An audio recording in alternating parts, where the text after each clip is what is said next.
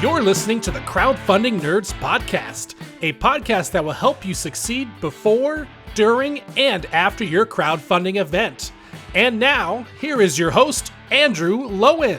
Hey everybody, welcome to another awesome episode of Crowdfunding Nerds. I am Andrew Lowen, your fearless leader, and I am here with my devout followers, Rick and Sexy Irish Sean. How are you guys doing? Doing good? Oh, sorry. We seem to always crash that part. That didn't sound very devout. So, all right, well, on this episode, we are going to talk about landing pages. We get questions all the time about landing pages, don't we? Oh, yeah. Yeah, a lot of consulting about landing pages. One of the most common questions we get is when we're quoting out a new client or something like that, there's always, the way that we do it is these things need to happen. Are you going to do them or are we going to do them? And oftentimes there's just a division of responsibility. One of them being someone needs to send out email updates. Someone needs to build the landing page, or we need to have a landing page to use. Are you going to do it or are we going to do it? And that kind of thing. One of the things that oftentimes people want to do themselves is the landing page. Because if we did it, it's $500. And if they did it, it's free $99, One of the things that we do is we just try to make sure that landing page actually converts. Because if a landing page is terrible, it doesn't matter how awesome your ads are, you are not going to convert very well unless your landing page is also equally awesome. Yeah, so we ended up doing a lot of consulting for people about landing pages and how to spruce them up. And maybe we'll talk about some of the most common things that are wrong about landing pages. Absolutely. We'll definitely touch on that. But one thing that really surprises me is no matter the size of clientele, whether it's a first-time creator or a veteran that has done 40 Kickstarter campaigns, you often find that the landing page is really it's just underutilized, undervalued. There's so much improvement at just the grassroots level. The landing page is a basic thing, but a lot of the time established companies will rely on their hardcore fan base to support that game when it launches. And I just think that a lot of people are missing out on that, the richness of pre-marketing and what a solid landing page can contribute to any Kickstarter, whether it's a very well established name or not. However, before we dive deep into the landing pages this week, I think we should discuss and talk about the tools and resources needed before you start a landing page. For example, a couple of things I can think off the top of my head is graphics, an email system, what are you going to do for hosting, et cetera, et cetera. Guys, what do you guys think about that? Yeah, now some of this is going to be diving into the weeds, so we'll try not to spend too long on things like hosting. But what I will suggest is if you do have the expertise of a developer, you probably don't need the answers to those questions because you know them.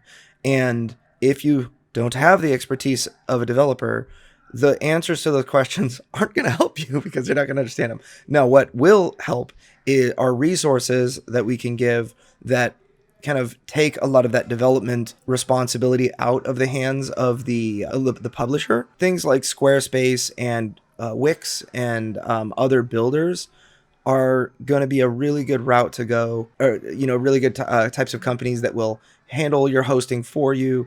They will largely handle a lot of the structure, the site structure and things for you, but you definitely do not want to be playing in the realm of hosting if you aren't prepared with knowledge and at least some amount of experience beforehand.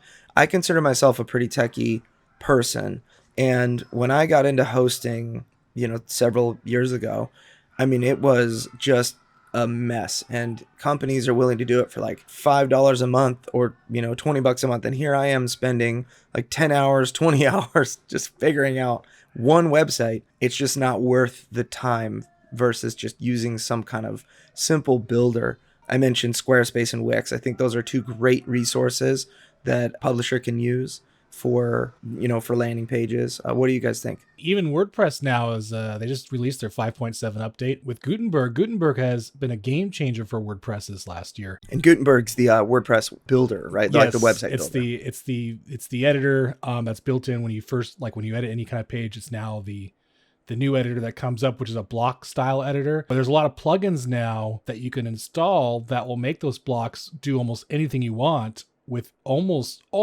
a quite visual drag and drop style. You can literally set up columns and set up images and heroes and email submits and all that stuff all through the Gutenberg editor now without having any kind of like third-party app on top of that to do those things. We use WordPress because WordPress, we can do a lot with it, but Breezy is the editor that we prefer. If you wanted to use WordPress, just simply installing WordPress and getting to use it and having a website address can be a pain in the neck. But other hosting companies like Bluehost or GoDaddy, there are several, but I would recommend GoDaddy above them all because their customer service is awesome.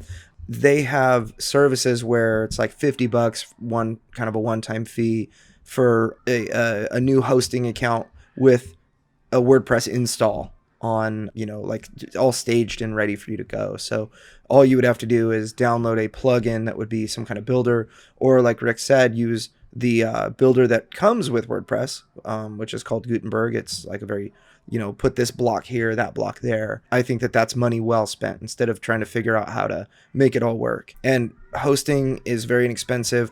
Like I said, that's really such a rabbit hole.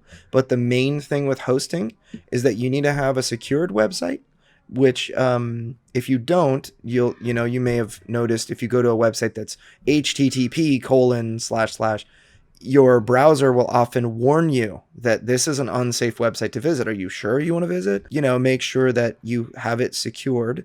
And if you don't know what that is, make sure you have somebody that can tell you. That's why I would recommend, if you wanted to do this yourself, everybody has a friend that's at least techie enough that can steer you in the right direction. The most important thing is that you would have support for when something goes wrong, you have somebody to ask if you're going to do it on your own. And if you're talking about WordPress security, there's a free plugin called WordFence that I would recommend. It's a really great free plugin. It'll give you alerts if you have like brute force attacks and people are trying to hack into your account. You can actually block their IPs. So that's very useful. You'll be surprised how many people try to hack your website. So it's good to have a plugin that tracks that and you can just ban people. Yeah, it is. It is not fun when you get hacked. Your website is basically ruined. There are ways to recover from that. I would recommend backup. Backups and whatnot. But even still with backups, it's possible that your website will be completely ruined. Even your backups ruined. It's not fun to deal with that. It's not extremely common for a brand new website to get hacked, but it happens. And I've dealt with that in the past. And it is, like I said, it is not fun. So you want to have some kind of backup that, where you can call someone. I would recommend, like I said, GoDaddy, they have a great customer support team that can help you navigate that, or, other companies will as well. Squarespace, Wix. So you'd want a strong password, 20 characters with special characters, and two-factor authentication. You can enable that with WordFence as well. So I recommend doing that. Awesome. That's actually a great suggestion. On to landing pages themselves. So at first, just simply define what is a landing page and what is not. The purpose of the landing page is to get the visitor to do pretty much a single action is what the typical landing page is all about. So in this case, when we're doing pre-Kickstarter marketing, the idea is to get the visitor who lands onto your site to this quote landing page. The idea is for us to get an email from them so we can continue to engage with them throughout the campaign for when you go live on Kickstarter. So in this case, when we're talking about landing pages, it's literally a single website page. It's not a whole complete website. It's just literally one page. And the idea is to convince the person to give them some more information about what you're going to be offering. And then at the same time, give them an outlet where they can put their email in to get on your list and to continuously receive more information and updates from you. What are some benchmarks we can use to determine if a landing page is converting at an effective rate? What do we use, Sean? So we use a 10% conversion rate. Anything above that, wonderful. Anything below that, bad. So we use that as the benchmark. Sometimes it's quite interesting. You will notice with our ads that we will actually have a very high cost per click, but we have a phenomenal conversion rate. And in instances like that, sometimes we've actually switched our ads from leads to cost per click because we recognize that, well, there's a demographic of people here that are responding well with this product and this landing page. We just need to get more traffic there at a lower cost per click. And we've had some great results just by switching our ads to link clicks from leads and seeing those leads just almost double, at least Yeah. double, because we just, for a lower cost per click, we're able to get more people there and those people converted. Now, when you talk about a 10% conversion rate, are you talking about 10% from the people who land on your landing page to hit the submit, or is this 10% of people who see your Facebook ad and then submit their email? Or where's the conversion at? Where's it start and where's it end? So 10% of people who land will convert. So Okay. one out of 10 is our goal. Now, we've seen higher, like 30% and 20%, but that's sort of like your bare minimum 10% you want to be hitting. It does vary depending on the medium that they find you. So let's say, for example, if I'm marketing my game and then somebody finds me from like an organic search, let's say like a Google search, it could actually be much higher or much lower depending on, how motivated those people are. So when people are more motivated, let's say they find you at a convention, or maybe they were told by someone, or maybe somebody shared a Facebook post in a Facebook group that just went a little viral and you didn't know about it. You could have a lot of people going to your landing page specifically to sign up for your email form. So, they want updates and more information. So you could actually get a higher conversion rate from an event like that. But really where it matters to us about the landing page conversion rate is specifically with Facebook ads. We want, 10, let's say if we get 10 clicks on a Facebook ad, to keep it simple, we have to pay for each of those clicks. The other ones don't, that we don't have to pay for all of the organic reach that we're getting and the sharing and whatnot. People are going there and it's not costing us money necessarily. So, but when they click on a Facebook ad, it costs a certain, let's say 20 cents or, 50 cents or 10 cents, whatever it is. We just need to make sure that when let's say we have 10 people go, one person signs up. That's kind of our benchmark for an effective landing page. Then, maybe let's say the cost per click, like Sean said, is a little too high. And for us, kind of the benchmark for cost per click is around 20 cents per click. If you get 20 cents per click, then you get, 10 people to your landing page. That costs you $2. And if one of those people convert and gives you their email address, then you're going to have get an email address every $2 that you spent, right? On average.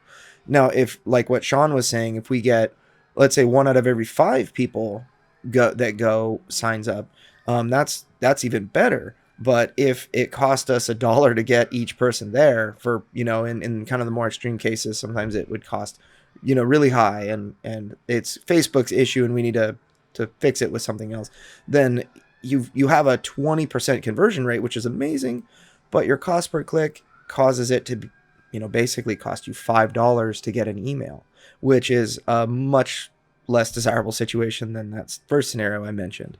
So that's where we know the landing page is doing well because it's getting a very high conversion rate, but the ads themselves are the problem. So really the whole idea behind this conversion rate is to determine what the problem is. We want to kind of isolate every variable that we can to figure out what the problem is and what it isn't. If you want to do better in your ads and better in all of your marketing, you need to be able to figure out the root causes are to the results you're getting.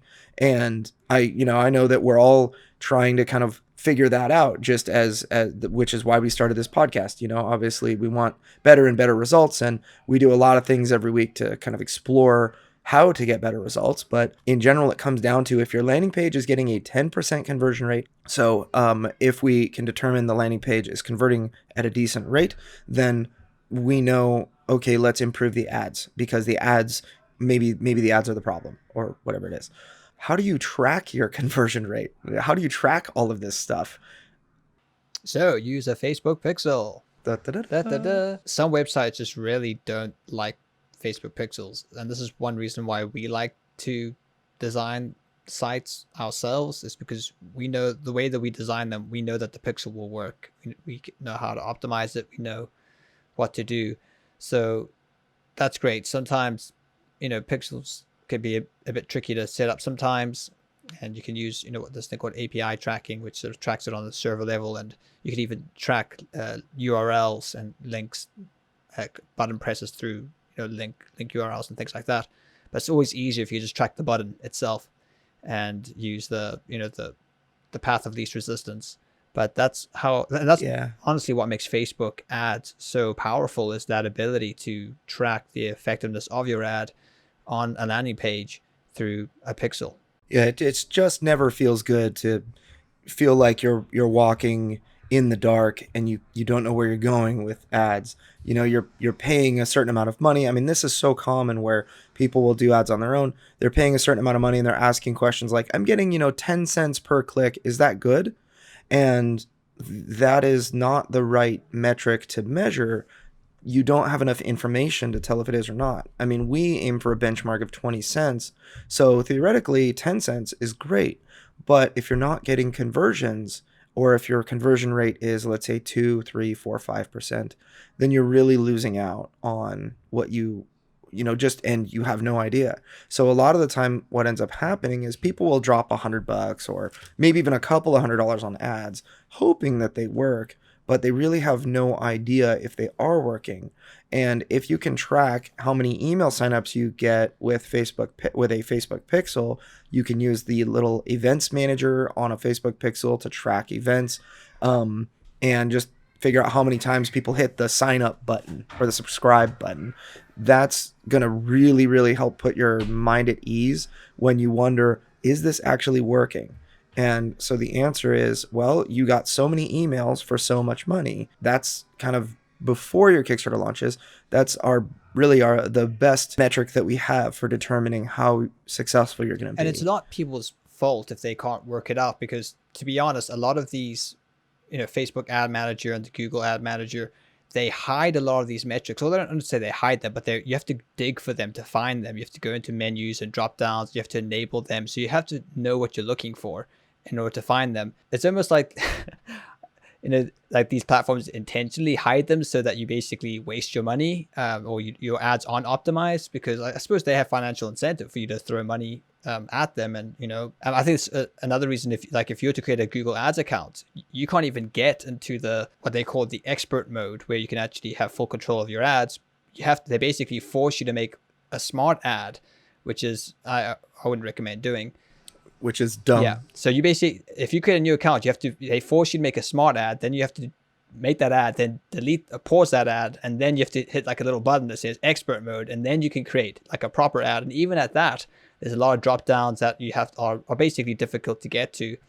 And, obviously Google wants you to just create smart ads so that, you can put them on and sit back and relax, and they can take your money. Smart money. Yeah. Smart money. It's renamed Smart Money. There's just a couple more things I believe that are needed before you start working on your landing page. The first one would be having an email marketing system. Here we actually always recommend MailChimp. MailChimp is a great system because it's free for the first 2,000 emails you get. And I believe you can send up to 6,000 emails a month for free. And then, of course, as you grow, you can have that system grow with you and for a minimal cost. The reason why you want to use an email marketing system as opposed to your own like domain or self-hosted system is they're recognized as those systems. So when emails go out from those systems, they've gone through all of their email checks, SPF checks, DKIM checks. Sorry, that was some nerd talk. But they are designed for emails to go out. And they also can, it's really cool because they also have a lot of analytics built in and a lot of tracking built in. So when you send an email out, or when it automatically sends an email out for you on your behalf, it'll give you like how many people opened it, how many people viewed it, how many people clicked on the link to whatever you were trying to push them to. So you definitely want some kind of professional email marketing system. And like I said, we over here recommend MailChimp because it's free for the first 2,000 emails.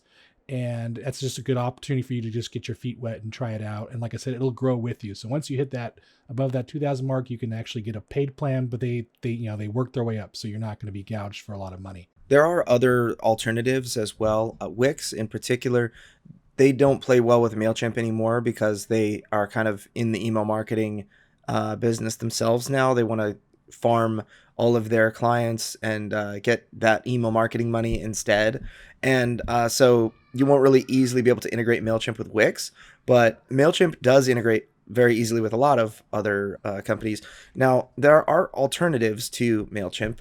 While we're on this topic, we work with Klaviyo. We also work with ActiveCampaign on a regular basis. I generally see those email systems as unnecessary, a little bit too robust. It's kind of like, using Infusionsoft for your contact forms when you could just use like a simple contact form system instead of this one, or Salesforce.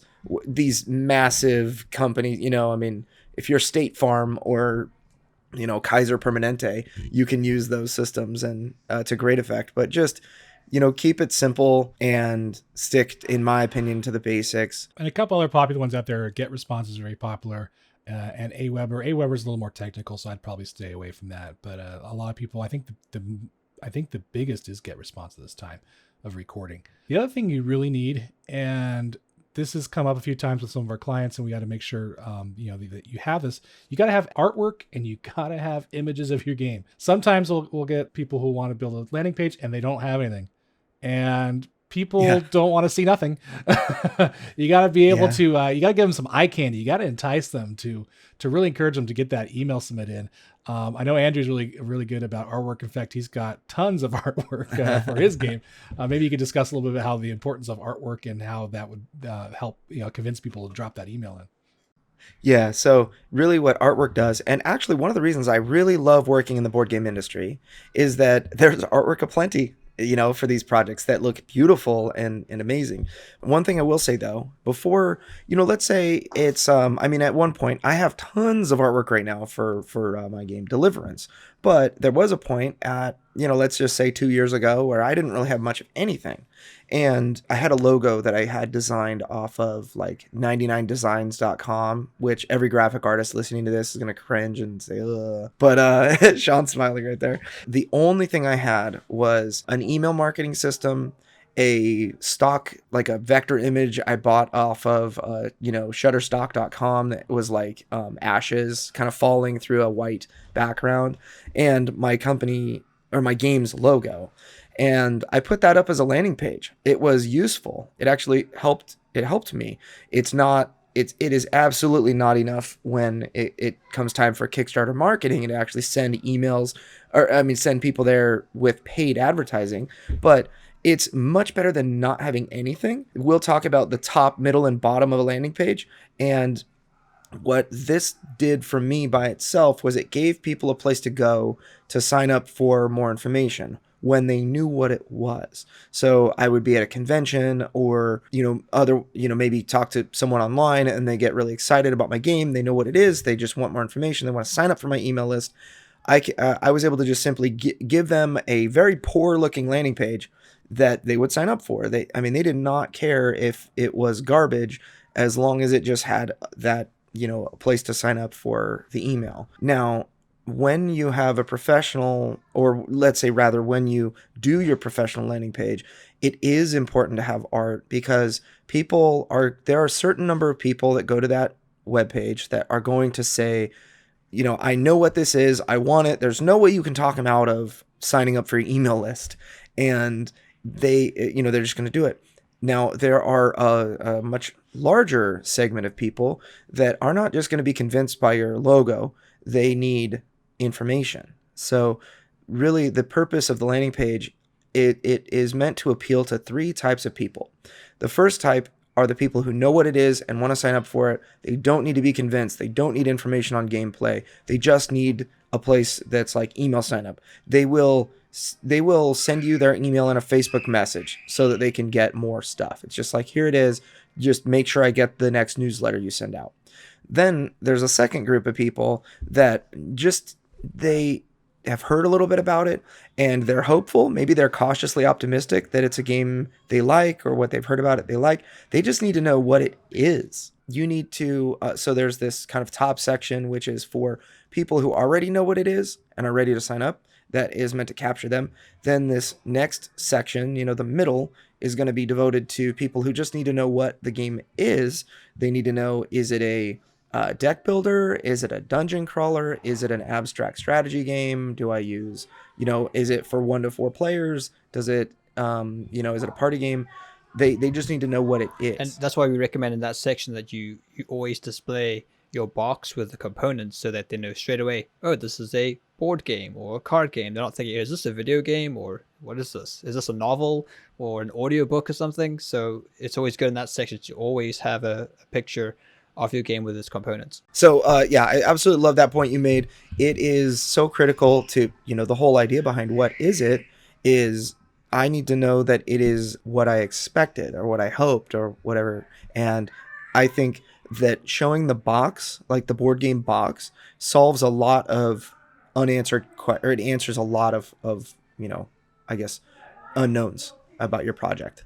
Then underneath that, you have the full explanation of your game. This is where we used to describe how to play the game, and we usually focus on 3 steps or 3 core mechanics of your game. We're not going to go into great detail here. This is more to give a flavor, introduce the theme of your game, and give people a general idea of how your game works, so that people can say, "Oh, that sounds interesting. I'm going to sign up." So that's the way we do it. And this section is what we call the bottom of your website. It could actually be, as far as lengthwise, it could be 3/4 of the length of your actual landing page. We call it the bottom because it is meant to appeal to a third type of people who were interested enough to look. They know what it is, but they're still not quite convinced. They let's say they find out what it is on your on your landing page. They're like, okay, it's a board game, it's a dungeon crawl, it's a whatever, zombie themed, or but they're not convinced by that. They need to see how it works. They need to see really the hook in the gameplay.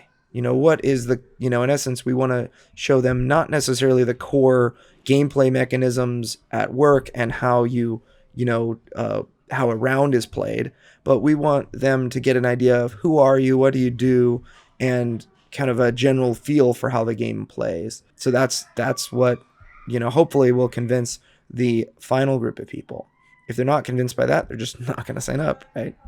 Are you aware of any landing page which maybe it went against these conventions, where maybe it was very short, where it was literally just a landing page with an email? Do you have an example of something like that converting really well? And then I suppose the opposite end of that, where you have a very, very long landing page, which seems you can almost scroll for an eternity before you hit the bottom. Do you have any examples of examples of landing pages which break away from our sort of template, but were actually successful as well? Yeah. The first thing that I will, when we consult for website design, a lot of the time when a client has a website, they ask, so how do you like my website? Or if they want feedback, they ask, just tell me what you think about my website. And the reality is, as a marketer, I care if your website makes money or gets conversions. And so the visual of the website, it might look ugly. In fact, I've had clients that have had a website that is not responsive, where you have to tap and zoom. Like, that's a big no-no, right? Like, it's 2021. You should have a website that is built for a mobile phone by now. And if you don't, it's like, kind of ridiculous. But I have had clients that have said, oh yeah, we get 8 calls a day off of this website. It's like, well, why change it? I mean, it is crushing it for you and doing exactly what you needed. So for me, I care so much about the data behind the website. Is it doing what you need it to do for your business and that kind of thing? Not to say that we can't improve it, but there are many times you'll have non-responsive sites where people, in various industries, where people will say, oh yeah, they're technical, maybe they swing hammers, or they, they're plumbers or whatever. You wouldn't expect them to be on the bleeding edge of technology like you would expect a website design company or a tech company, right?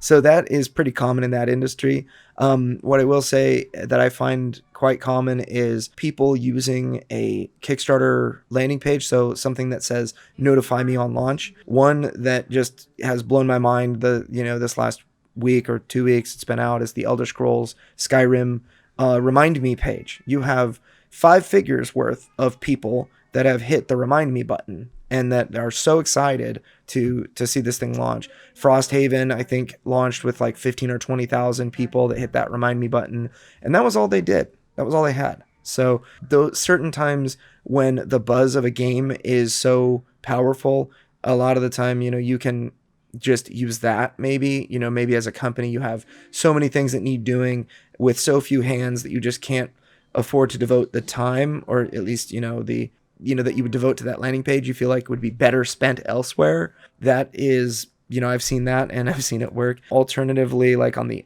other, I don't know. So those are often really short, just like there's no ability to even scroll down on these pages. And sometimes they work. The idea behind the landing pages that we're designing in the board game industry are meant to answer the questions that a board game customer, or rather, we'll say a potential Kickstarter backer would want to see. And really, the purpose of our landing page, it's the starting point to get more information. So you're promising more information, and you really want to educate a customer in this particular, in the board game industry, about your product, because the more information that you get them to absorb about your product, the more excited they're going to be, that they're going to want to have it. So in the board game industry in particular, it makes a lot of sense to use the landing page as kind of a springboard to all sorts of other stuff. So, one of them being like, for example, if you have your game available on Tabletop Simulator, or you have a Facebook group with a community of excited people, that tends to, excitement oftentimes breeds more excitement in this industry. Information breeds excitement and buzz and people wanting to talk about it. It kind of reminds me of, I guess the idea is that the more information you absorb, the more you will think about what what information you're taking in. It's like you become what you think about, is, I believe, the secret. So one common mistake we often see with landing pages is that people fail to remove the menu from the page. And as Rick said earlier, the goal of your landing page is really for them to take one action, and you want to limit their options or limit the buttons on the page that will deter them from taking that one action. So if there are menu buttons, they might get distracted, say, oh, I want to read the about, or I want to go to that. When ideally, all you want them to do is put in their email and then get an automated email reply, which then says, hey, if you want to learn more about our company, then you direct them to the about. So that is one thing you should keep in mind when designing your landing page, is to get rid of the menu. So you think about the point of a landing page is to get their email address. I've said this many times before on this podcast and elsewhere. Your goal with this landing page and this whole process is to win the right to communicate with someone across as many mediums as possible. In order to do that, you need their email address, because you have won the right to communicate with them via email. Now, if they were to go to your Facebook page and like your page, they're not going to receive that communication. I mean, it's such a low likelihood that somebody is actually going to see all the stuff that you post on your page. It's a much higher likelihood that they'll receive stuff that you write via email. So on top of what Sean said about the menu, which I completely agree with, you have very commonly like social media icons on landing pages. It's like you do not want those icons there, because you need to keep them on your landing page so that they sign up. And if they're not convinced by the landing page, then it is, they're not going to be convinced by joining your by liking your Facebook page. So a lot of the time, you just anything that would take them off that page is something you do not want. So you want this one call to action, just one that goes to one place. And this would be your email, the email sign up. A lot of the time people will say, here's my email. Here's the email sign up, enter your email here. And then they'll have like, join our Facebook community. And the Facebook community is down there. And then beyond that, they've got, join our Discord and join, or, whatever it is.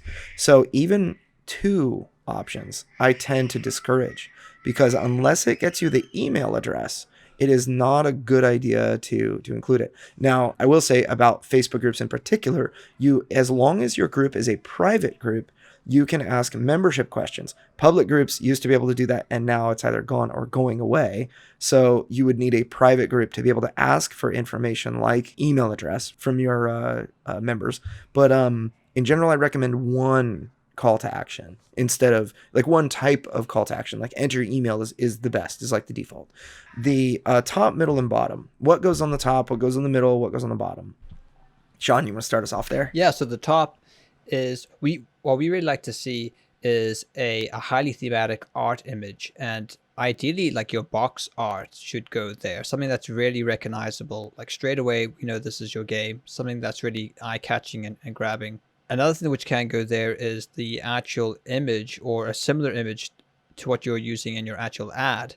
This is important because if people see your ad on Facebook and they then click your ad and then they see that same image that they saw on Facebook, they instantly know I'm in the right place. So that's another thing you could do. Another thing you could do is that box image that we talked about, that we like to keep for the middle section, or the what is this. You could also have that on the splash screen as well, so that people know instantly that this is a board game. And we've done certain things where we've had the box and we've had an art or thematic image in the background. So there's different things you can do, but really you want to do something that's eye-catching, something that communicates the feel of your product as soon as possible. A mistake is to include too much text in this section. I mean, if you can get away with no text at all, that's what I would say that is my safety. So you've got your, maybe your box image or your kind of feature art piece alongside an email sign up form. I actually don't even like to use a line for the email, like enter your email or we're launching on Kickstarter in June 2021 or whatever. I don't even want to have things like that. I actually just want to have the email sign up box with the email submit button. And I want the call to action for the email to say, enter your email. I don't want to say email address, for the placeholder text that's inside that little email sign up field. Saying enter your email inside that actually saves you space, so you don't have to have room for text. And it really allows the theme of your game or your project to kind of take over. And that's really what is going to help sell you. So the hook of a game oftentimes can be showcased by its art. And that's really what you're doing here. You want to showcase what it is that you have. Now, if you have an abstract game, can't really use art. You can definitely use the box. You can use photography, number one, of your game. You have a shot of your board or whatever. That could be really cool. And then, of course, the box, the actual box, 3D rendered box is, can be useful there. But you definitely want your game's name. You definitely want an email sign-up field. And you definitely want this section to be the entirety of the top fold. So on a website, the fold represents the top screen that you get to see without even scrolling. So this is really important to show people a single message as powerful as you can about your game. This game is awesome is what I think the message should generally be. Some version of that. Or actually you can also deliver a minor message that is not kind of your main, like, this game is awesome, like, look at this theme or whatever. The minor message is, you're at the right place, just like you were saying, Sean, like with the ad or with Facebook conversation or whatever. You want the fold to show that you're at the right place. One thing I say as well is, with your landing pages, to be aware of colors. You can use the color wheel. Just type into Google color wheel, and you can look up colors that are harmonious with your palette. And less is more. Try to stick to 2 colors if you can. Don't have lots and lots of colors. Because the idea is you really want your game pieces to stand out, and they will probably have lots of color on them already. So you kind of want, plain, a kind of plain and simple color palette is what I would recommend when designing your landing page. Yeah, you basically get gray, black, white, and one other color. Yeah, that's it. And it's the same with your typeface. So you're going to have your logo or your title typeface for your game, and then you're going to have another typeface. And if you really know what you're doing, you can venture to have 3, but you really should just stick with 1 if you can, and play around with the different the weights of it. So, bold or extra bold, and the different sizes. Again, there's videos on typography that we will include in the show notes that can give you the basics of that to really make your type stand out. Yeah, and now one other thing is, you really do need to think about mobile in addition to the way that it would look like on a big desktop computer. A lot of the time when somebody's actually working on a landing page or a website, it's on a desktop computer, because that's where we work, right? Oftentimes. So when you look at your landing page from a cell phone, a lot of the time what I see is which, by the way, more than half of your traffic is going to come from a cell phone, from a mobile device, especially if you're doing Facebook ads or, that kind of thing. many more people are browsing online browsing the internet from their mobile device. So it just needs to look good on a mobile phone when the phone is held vertically. The landing page on a desktop will have, let's say the main art image, the hero image, we call it, above the fold, this art piece that you're using to show people how awesome your thing is. That's going to be like a horizontal orientation. And mobile phones, people hold them in their hand to browse vertically. So let's say, it might be, 1 part tall for 2 parts wide on a desktop, but you're going to have, 5 parts tall to 1 part wide on a mobile phone. So you really need to build your landing page. And oftentimes you can do something which is adaptive to the device. So if it's a certain screen size, show this big horizontal version. If it's a mobile device, show the kind of vertical version. You can kind of get a slice of your art, that would better fit a mobile phone. I think that's really important. You do need to think about the mobile experience as well. So let's briefly touch on the middle of the website, which I find is not super complicated and is not very long. It's not an entire screen unto itself, like the top fold is, or the top of the website. The middle, it needs to answer what is it. So you can have like a little thematic paragraph. You can have, you definitely want, if you haven't done it by now, your box image, maybe a components image, but it should definitely, a player should definitely learn how many players, what age, and what the game's theme is if they couldn't figure it out from the hero image, and like the most essential basic elevator pitch. Down at the bottom, this how to play section, you've got people that go to the site that say, I'm not convinced yet. I need to see the mechanics. I need to see, if this looks interesting and strategic and whatever, or if it's all, depending what their taste are. Maybe they hate luck, or they hate roll to move, or they hate player elimination. They want to see what it's like, right?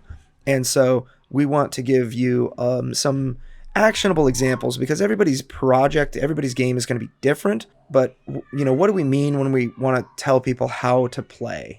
Gutterfallbounties.com. Sean, you want to lead us through Gutterfall Bounties and what kind of game it is and how you structured that how to play section? Yeah, sure. So Gutterfall Bounties is like this Blade Runner inspired dystopian future with, monsters and magic and sci-fi things where you're a bounty hunter and you're bringing in bounties. The idea is you have to hunt down these criminals and, chase these leads down, and you're kind of playing against other players. So thematically, we just wanted to include like the 3 kind of pressure points in the game: find your target, build your deck, claim your bounty. That's essentially what you do. We wanted to keep this futuristic theme going, so we created some GIFs or GIFs, however your preference is, of sort of like this, I don't know, like display or hologram, because I suppose it's thematically it suits the game where, a bounty could be looking at some type of futuristic device trying to track someone down. So that's the idea. You're kind of introducing people into the theme and the world of your game.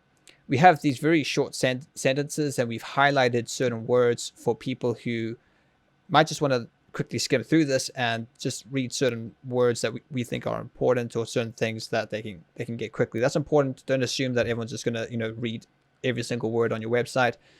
You need to kind of think that people have the attention span of a goldfish. So you want to have things in place where you're not using too much text, you're highlighting certain text, it's well spaced, it's very clear, and you're keeping things short and simple with the use of, very easy to understand language. So yeah, that's, and at the very bottom, which is important, we have another email sign up. And the reason is so that people don't have to scroll back up to enter their email. They're like, okay, now I'm ready.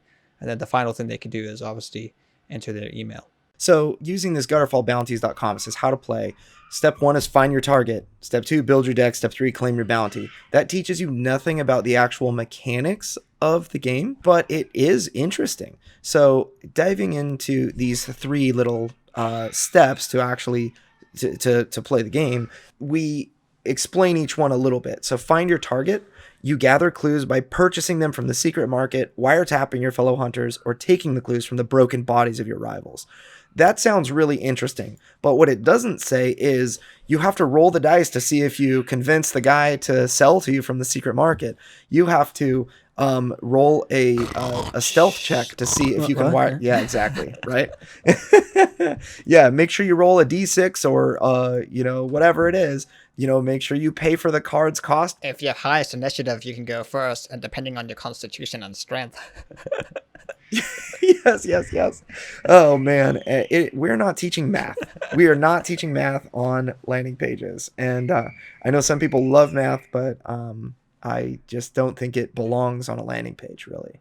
So you really need kind of a thematic description of what you're actually doing and why. One of the most important things in a game when you're teaching, I don't know if you guys are the rules master of your game groups like I tend to be, but you have to teach them who am I and why should I care, which by the way tends to fit in the middle section of a landing page. Like, who am I?